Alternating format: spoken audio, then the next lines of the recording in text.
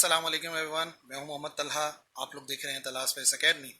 आज के इस वीडियो लेक्चर के अंदर हम लोग समझने वाले हैं सबसे पहले वॉल्यूम का थोड़ा सा कॉन्सेप्ट रिवाइज करेंगे। और मेजर काम आज का हमारा ये है कि हमें ये बात सीखनी है कि किस तरीके से वॉल्यूम मेजर किया जाता है डिफरेंट ऑब्जेक्ट्स का, और या लिक्विड का, सॉलिड का, किस तरीके से वो आज के लेक्चर में समझेंगे। सबसे पहले बात करते हैं वॉल्यूम के बारे में। तो आप में से मेजॉरिटी लोग जानते होंगे वॉल्यूम किसे कहते हैं, उर्दू में हजम कहते हैं। वॉल्यूम होता है the space occupied by an object. कोई भी ऑब्जेक्ट कितनी जगह घेरता है उसे उसका वॉल्यूम कहा जाता है। जैसे कि मैटर के बारे में आप लोग जानते हो, मैटर की डेफिनेशन के अंदर ये आता है विच ऑक्यूपाई स्पेस, यानी कि वॉल्यूम जो घेरने का काम है, जो जगह घेरने का काम है, स्पेस ऑक्यूपाई करने का काम है, वो बेसिकली मैटर का है। तो यहाँ पर उसी मैटर के वॉल्यूम की बात हो रही है। तो कोई भी ऑब्जेक्ट जो जगह घेरता है वो उसका वॉल्यूम कहलाता है। जैसे मिसाल के तौर पे हवा जगह घेरती है, जैसे कि हम गुब्बारा, अगर उसमें हमने हवा नहीं भरी हुई तो वो छोटा सा है, फिर हवा भर देते हैं तो वो ज्यादा स्पेस ऑक्यूपाई करता है। फॉर एग्जाम्पल, अगर गिलास है तो उसके अंदर हम पानी को फिल करते हैं तो पानी स्पेस को ऑक्यूपाई कर लेता है। फॉर एग्जाम्पल, अपने बैग में बुक्स रखते हैं तो वो स्पेस ऑक्यूपाई हो जाती है। तो कोई भी ऑब्जेक्ट जो जगह घेरता है उसका कितनी जगह घेर रहा है वो उसे कहा जाता है वॉल्यूम। जैसे मिसाल के तौर पे 1 किलोग्राम आयरन है और आपको स्क्रीन के ऊपर नजर आ रहा है कि वो कितनी स्पेस को ऑक्यूपाई कर रहा है। और इसी के लिहाज से, मतलब ये मिसाल देने का मकसद सिर्फ इतना ही है, जरूरी नहीं है कि जिन चीजों का मास ज्यादा हो उनका वॉल्यूम ज्यादा हो, जिनका मास कम हो उनका वॉल्यूम कम हो। इसके पीछे एक और कॉन्सेप्ट है डेंसिटी, जिसके बारे में एक अलग से लेक्चर के अंदर हमने डिस्कस करना है। आयरन फॉर एग्जाम्पल अगर 1 किलोग्राम है और वो इतनी स्पेस को ऑक्यूपाई कर रहा है, तो 1 किलोग्राम कॉटन जो होगी वो यकीनन इससे ज्यादा जगह घेरेगी। तो हम यहाँ पे मास की बात नहीं कर रहे हैं, हम यहाँ पे जगह के घेरने की बात कर रहे हैं, यानी कि वॉल्यूम की बात कर रहे हैं। तो वॉल्यूम बेसिकली ये है कि कितनी स्पेस ऑक्यूपाई कर रहा है और ये कितनी स्पेस को ऑक्यूपाई कर रहा है। तो स्पेस का ऑक्यूपाई करना वॉल्यूम कहलाता है। मेजर जो काम है आज का हमारे लेक्चर का वो ये है कि मेजर कैसे करते हैं वॉल्यूम को। ठीक है ना, अगर मैं किसी चीज का वॉल्यूम नापना चाहता हूँ कि मेरी एक बुक है वो कितनी जगह घेरती है, या वाटर है, 1 ग्लास ऑफ वाटर कितनी स्पेस ऑक्यूपाई करता है, या कोई भी इरेगुलर ऑब्जेक्ट है तो वो कितनी जगह घेर रहा है, ये मुझे कैसे मालूम होगा। तो मेजरिंग द वॉल्यूम के लिए 3 डिफरेंट केसेस हो सकते हैं। पहला एक केस हो सकता है कि हम किसी लिक्विड का वॉल्यूम मालूम करें, मिसाल तौर पे juice, milk, water, any any liquid. दूसरा केस हो सकता है कि हम वॉल्यूम मालूम करें रेगुलर सॉलिड का, एक ऐसा सॉलिड जिसकी कोई स्पेसिफिक शेप है, एग्जैक्ट शेप है, यानी कि क्यूबिक है, सिलिंड्रिकल है, स्फेरिकल है, पैरेललोपाइड है, अलग अलग हो सकती हैं, लेकिन रेगुलर सॉलिड है, यानी कि उसकी एक स्पेसिफिक शेप है। और तीसरा केस हो सकता है वॉल्यूम ऑफ इरेगुलर सॉलिड, अगर सॉलिड रेगुलर नहीं है बल्कि इरेगुलर है। अब ये इरेगुलर का क्या मतलब है? इरेगुलर का मतलब ये है कि उसकी कोई स्पेसिफिक शेप नहीं है, इरेगुलर शेप है जिसका कोई स्पेसिफिक नेम नहीं है। वो भी हम देख भी लेंगे लेक्चर के अंदर कि मैं क्या बात करने वाला हूं।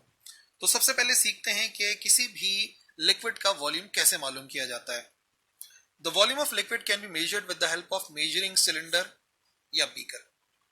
किसी बीकर के जरिए और मेजरिंग सिलेंडर के जरिए, सिलेंडर होता है उसे ग्रेजुएटेड सिलेंडर भी कहते हैं, उसके जरिए हम लोग मेजर कर सकते हैं वॉल्यूम को। और ये कोई इतना नया काम नहीं है, बस बीकर होता है, उसके ऊपर निशानात लगे हुए होते हैं कि कितना ml है, या जैसे मिसाल बच्चों की फीडर होती है, फीडर के ऊपर निशान लगा हुआ होता है कितने ऑन से या कितने ml जो है वो पानी है। तो ये ग्रेजुएशन होती है, उसके ऊपर बाकायदा मार्किंग होती है। तो वो मेजरिंग सिलेंडर्स कह लो या फिर मेजरिंग बीकर्स, उनके जरिए हम किसी भी लिक्विड का वॉल्यूम मालूम कर सकते हैं कि वॉल्यूम कितनी जगह घेर रहा है। मेजरिंग सिलेंडर क्या है? जैसे कि मैंने आपको बताया, अब ये एक सिलेंडर या जग की शक्ल का भी हो सकता है, एक सिलेंडर हो सकता है लंबा सा, ग्लास का हो सकता है, ये भी एक बात है, प्लास्टिक का भी हो सकता है।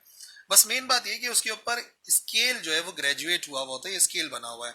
जैसे मिसाल के तौर पे ये सीसी का मतलब होता है सेंटीमीटर क्यूब। ठीक है, तो ये हो गया 20 सेंटीमीटर क्यूब, ये हो गया 40 सेंटीमीटर क्यूब, 60 हो गया। इसकी जगह पे ml भी हो सकता है ना, मिलीलीटर्स, या सेंटीमीटर्स में भी हो सकता है, क्यूबिक सेंटीमीटर्स। तो क्यूबिक सेंटीमीटर तो है ही सीसी, या ये ml के अंदर भी हो सकता है। और ये OZ जो लिखा है वो ऑन्स है, जो कि हम लोग यूज नहीं करते ऐसा ही सिस्टम में। लेकिन बहरहाल जो आप ग्रेजुएटेड सिलेंडर्स देखोगे, बीकर्स देखोगे, या कुछ नहीं बच्चों का फीडर ही देख लो, वो तो अवेलेबल होगा ही होगा, तो उसमें आपको लिखा हुआ नजर आ जाएगा कि ml है और ऑन्स है। It is used to find the volume of liquids, इसके जरिए हम लिक्विड्स का वॉल्यूम मालूम करते हैं। तो बस एक सीधा सीधा सा सिलेंडर होता है, गिलास या बीकर की शक्ल का होता है, उस पर निशान लगा हुआ होता है और उसके जरिए हम मालूम कर लेते हैं वॉल्यूम ऑफ लिक्विड। कैसे मालूम कर लेते हैं?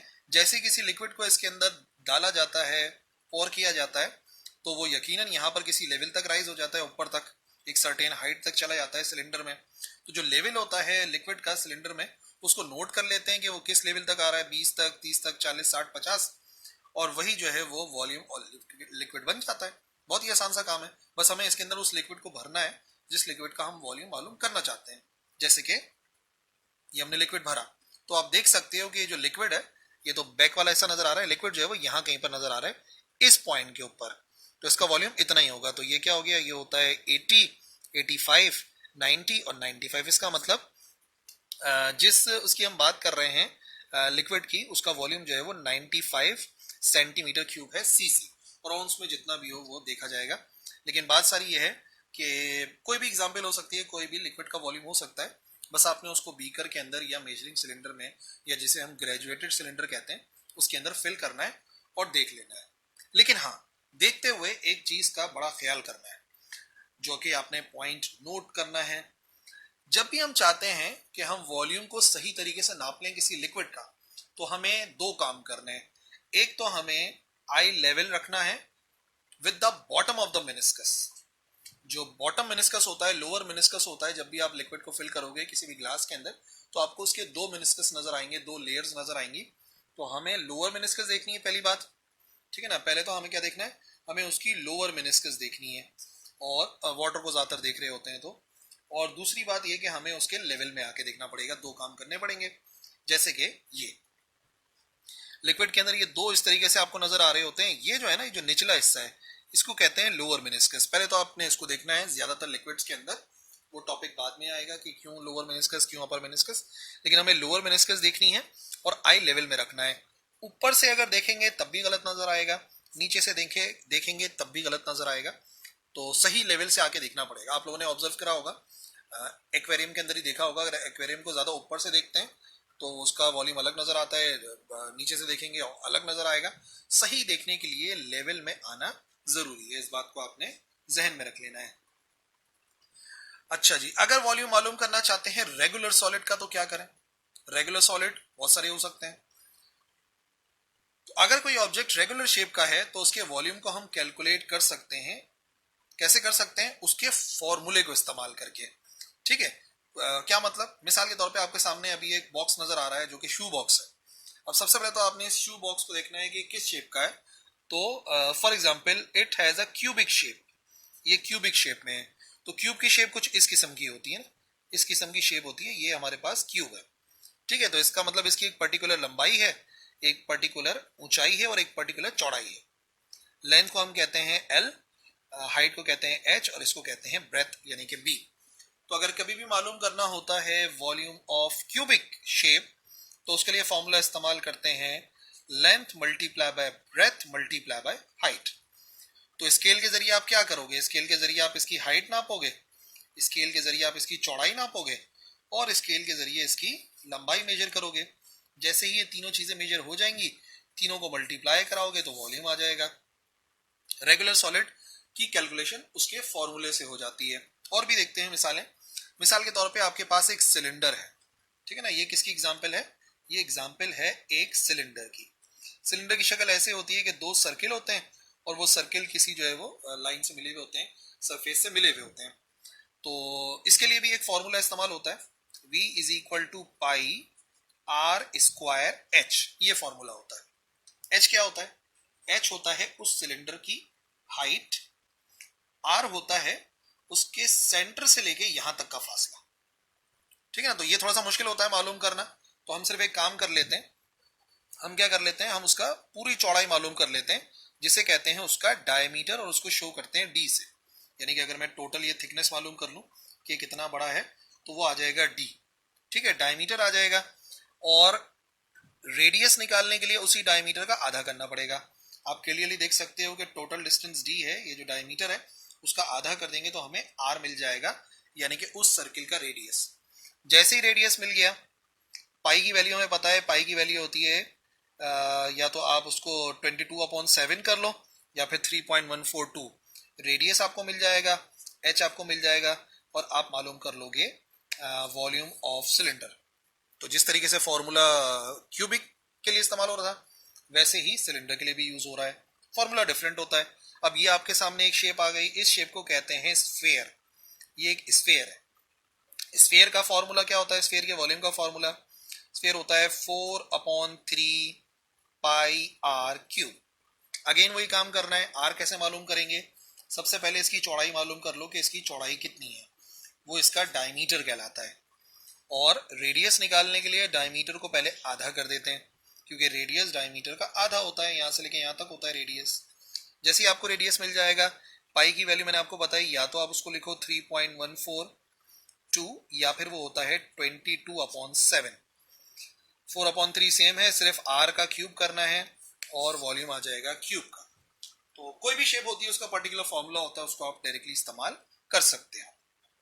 पर तीसरा केस ये है कि अगर सॉलिड इररेगुलर है, मतलब उसकी कोई स्पेसिफिक शेप ही नहीं है, कोई क्यूब नहीं है, मतलब कुछ अलग ही शेप है ना, उसकी कोई डिफाइन अनडिफाइंड शेप है जो कि हम बता नहीं सकते, उसके लिए क्या करें? पहले तो इररेगुलर सॉलिड समझो। मिसाल तौर पर आपको एक शेप नजर आ रही है, ये एक रॉक होती है गैलिना, उसकी शेप है, इररेगुलर है, कुछ समझ नहीं आ रहा कि स्फेरिकल है, सर्कुलर है, क्या है। या ये भी है क्वार्ट्स है, क्वार्ट्स की एक अलग ही क्रिस्टल नजर आ रहा है, शेप नजर आ रही है। और इसी तरीके से पाइराइट है, वो भी बिल्कुल इररेगुलर है। अब अगर सॉलिड आपके पास कोई भी इररेगुलर आ गया, तो उसका वॉल्यूम कैसे निकालोगे? इसके लिए भी एक तरीकेकार है हमारे पास, बड़ा ही आसान सा। स्टेप नंबर 1, सबसे पहले तो आप फिल कर लो मेजरिंग सिलेंडर को पार्शियली विद वाटर। पानी से फिल कर लो और उसका वॉल्यूम मालूम कर लो कि उसका वॉल्यूम कितना है। तो लेट से अभी हमने पानी फिल कर लिया 200 ml तक, तो हमें पता लग गया कि इसका इनिशियल वॉल्यूम कितना है, 200 ml। ओके, ये हो गया हमारा स्टेप नंबर 1। स्टेप नंबर 2, हमें क्या करना है? हमें इररेगुलर ऑब्जेक्ट इस पार्शियली फिल्ड सिलेंडर में डाल देना है, डिबो देना है, और फिर नए वॉल्यूम को नोट करना है। जैसे ही आप इसके अंदर कोई ऑब्जेक्ट डालोगे ना, पानी ऊपर की तरफ आ जाएगा। कोई भी चीज आप पानी में डिबोते हो तो पानी का वॉल्यूम बढ़ जाता है, ऊपर की तरफ आ जाता है। जैसे ये एक इररेगुलर सी रॉक है, कोई पत्थर का टुकड़ा है, और हमने इसको डाल दिया पानी में। जैसे ही पानी में डाला, आप देखो वॉल्यूम बढ़ गया। पहले वॉल्यूम इतना था 200 ml तक, और अब वॉल्यूम बढ़ के कितना हो गया? अब वॉल्यूम बढ़ के हो गया 300 ml। इसको भी हमने नोट कर लिया, ये इनिशियल था, ये फाइनल था। नाउ तीसरा और आखिरी स्टेप, अगर इन दोनों के दरमियान का डिफरेंस आ जाएगा तो आपको इस इररेगुलर सॉलिड रॉक जो है, इसका आपको मालूम हो जाएगा वॉल्यूम। तो क्या था फाइनल? कितना हो गया? फाइनल हो गया 300 ml। इनिशियल कितना था? 200 ml। दोनों को माइनस किया तो हमें मिल गया वॉल्यूम ऑफ इररेगुलर रॉक जो भी है ये 100 ml, यानी कि इसका जो वॉल्यूम है वो 100 ml है। तो इररेगुलर ऑब्जेक्ट के लिए हमें ये प्रोसेस गुजारना पड़ता है, 3 स्टेप्स करने पड़ते हैं, और इस तरीके से हम लोग वॉल्यूम भी मालूम कर लेते हैं इररेगुलर सॉलिड का। ठीक है जी, तो आज के लेक्चर में हमने सीखा कि वॉल्यूम को नापने के जो 3 तरीके हैं, लिक्विड का कैसे नापें, रेगुलर सॉलिड का कैसे नापें, इररेगुलर सॉलिड का कैसे नापें, वो हमने आज डिस्कस करा है। आई होप क्लियर होगा। And that's all for this lecture. Allah Hafiz.